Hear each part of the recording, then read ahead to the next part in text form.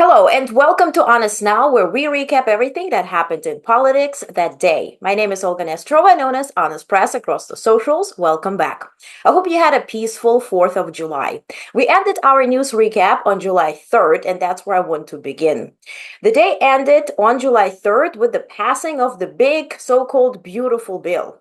Mike Johnson, the Speaker of the House, signed it, and the bill went to Donald Trump. That day, President Trump traveled to Iowa where he held a rally. In that rally, he announced that he will be holding UFC fights at the White House. Take a look. We're going to have a UFC fight.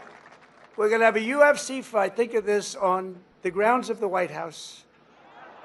We have a lot of land there. We're going to build a little. We're not. Dana's going to do it. Dana's great, one of a kind. We're going to have a UFC fight, championship fight, full fight, like 20, 25,000 people. And we're going to do that as part of 250 also. We're going to have some incredible events, some professional events, some amateur events, but the UFC... Aside from that, he also said that allegedly Democrats do hate him wholeheartedly, but no problem, he hates them back. Not one Democrat voted for us, and I think we use it in the campaign that's coming up, the midterms, because we got to beat them.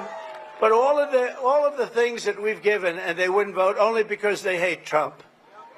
But I hate them too, you know that?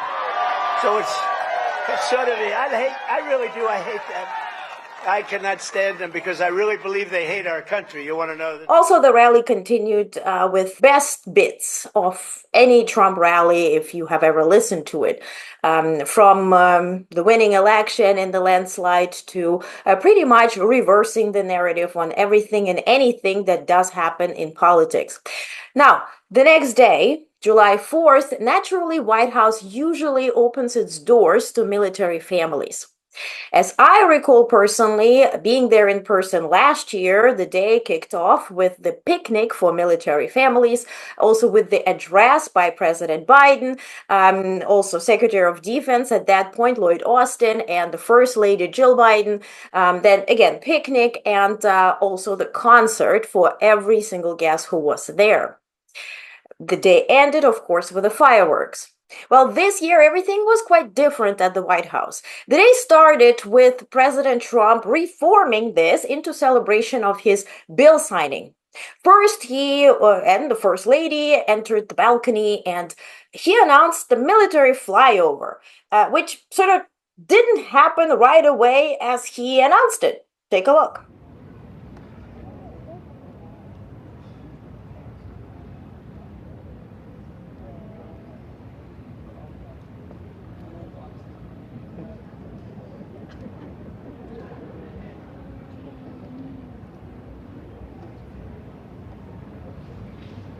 We're standing by right now awaiting another flyover at the White House there with the president and the First Lady. Just listen to the national anthem. We're expecting now a series of flyovers that will include 5 B-2s, a bunch of F-22s, a bunch of F-35s this evening. Some of these the same aircraft that were used to carry the bunker buster bombs that destroyed Iranian nuclear facilities 2 weeks ago. A big moment for the president. Let's go ahead and bring in the panel. And then, as you saw, it did happen, and it was quite a performance of the national anthem by his favorite singer. Take a look.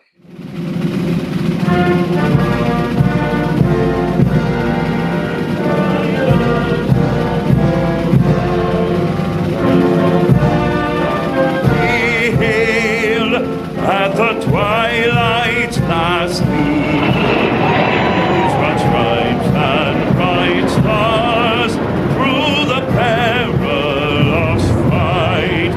Oh, the ramparts we marked were so gallantly streaming. Now, as to the bill, per President Trump, congressmen and congresswomen were in the attendance, and he was thanking Lisa Murkowski. Take a look. A lot of senators here, a lot of congressmen and women here. Lisa, thank you very much, by the way. I have to thank you. Thank you very much. You've been fantastic. Yes, that Lisa Murkowski, representing Alaska, who was that deciding vote in the Senate. That Lisa. I know that in many parts of the country, There are Americans that are not going to be advantaged by this bill. And so the day progressed with him actually turning July 4th into the bill signing ceremony fully and wholeheartedly. As you see here, the bill was signed, and take a look. The gavel we use to enact the big, beautiful bill, and I want you to have that for your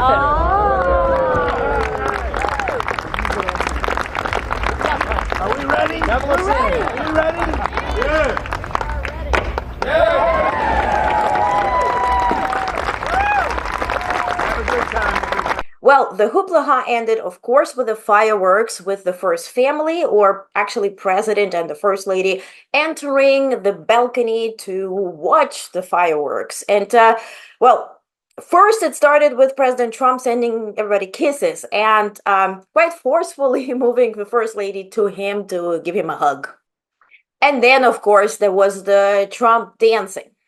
Yeah. Now, back to July 4th, a little bit before that, because all we talked about yesterday was, of course, the bill signing. But what happened in the morning?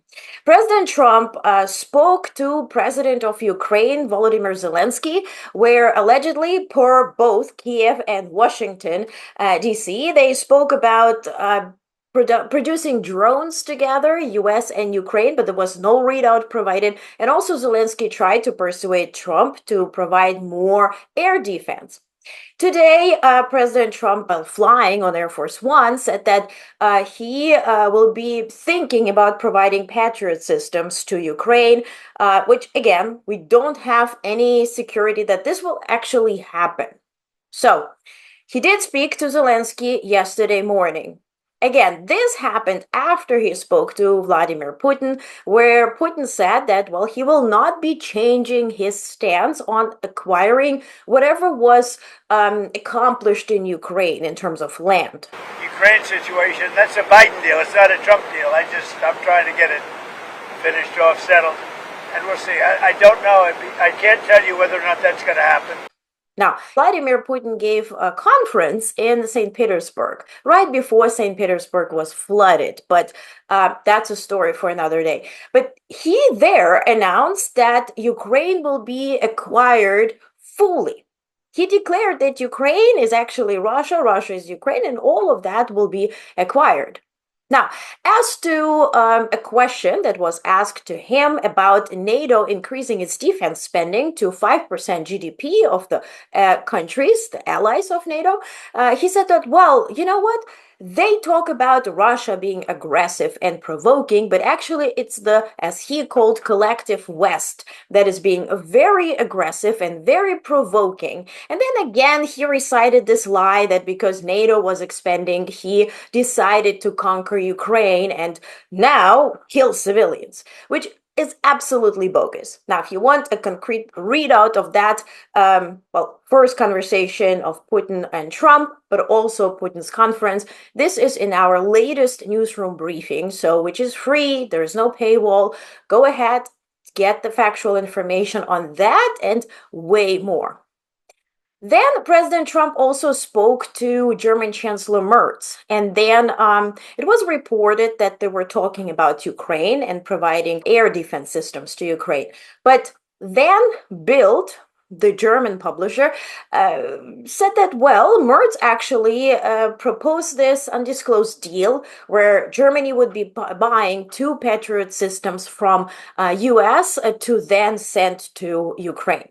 And if you ask me, if Trump were to provide air defense systems to Ukraine, it would be just that way, where Germany pays for it or any other ally pays for it, and he will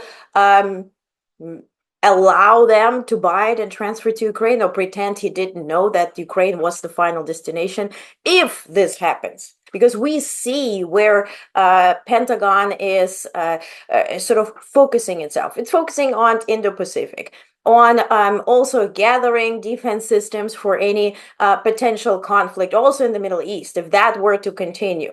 So let's see. Again, seeing is believing.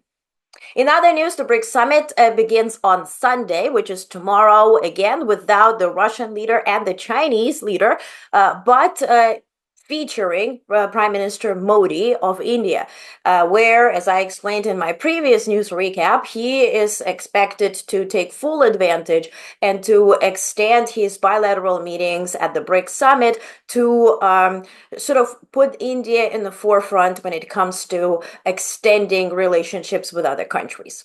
Now, back to the big, not so beautiful bill.